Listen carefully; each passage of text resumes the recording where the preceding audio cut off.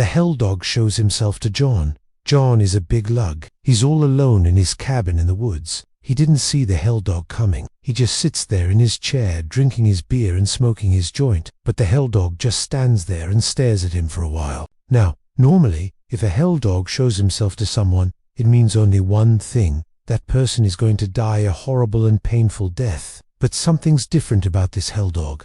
This hell dog can stand on 2 legs. His limbs look like they're misshaped. And the way he's looking at John, it's almost like he's trying to communicate with him. And then out from the cornrows comes an underworld woman. She's beautiful, she's scary, and she's got a whole gang of hellhounds with her. They all growl and snap their teeth, revealing their fangs. The underworld woman puts her hand up and they all stop. She looks at the hell dog and says, "This man belongs to me." The hell dog winned, but he showed her respect by backing down and leaving. John watched the entire thing from his cabin window. He couldn't believe what he had just seen. Was that a dog? Was it some kind of demon? And why did that otherworldly woman claim him as her own? All these questions raced through his mind. But the next day, the hell dog came back. He stood there again outside John's cabin, and the underworld woman was with him. She knocked on the door. John opened it, and she said, "I want you to come with me." John hesitated, but he was curious and a little scared, so he went with her. They walked through the cornrows and the forest, and then suddenly they were standing in front of a huge cave. The underworld woman turned to John and said, "Are you ready to find out the truth?"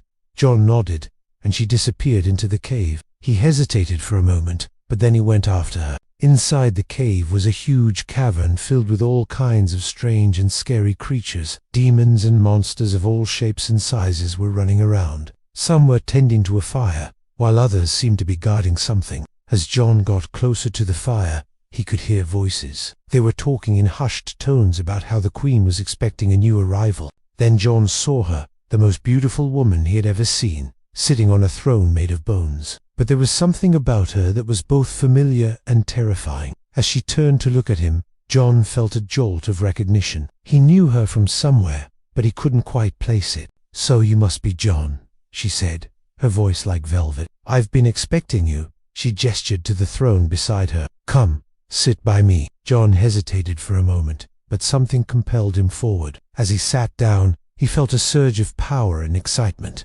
"Welcome to the underworld," the queen said, her eyes gleaming. "You are one of us now, and together we will bring terror and pain to the human world. They will fear us, and that will make us strong." John felt a smile spreading across his face. "Yes," he said, his voice echoing through the cavern. "Yes, we will make them fear us." And so John began his new life as an underworld creature, bringing humans to the beautiful and terrifying underworld woman who was the queen of the underworld.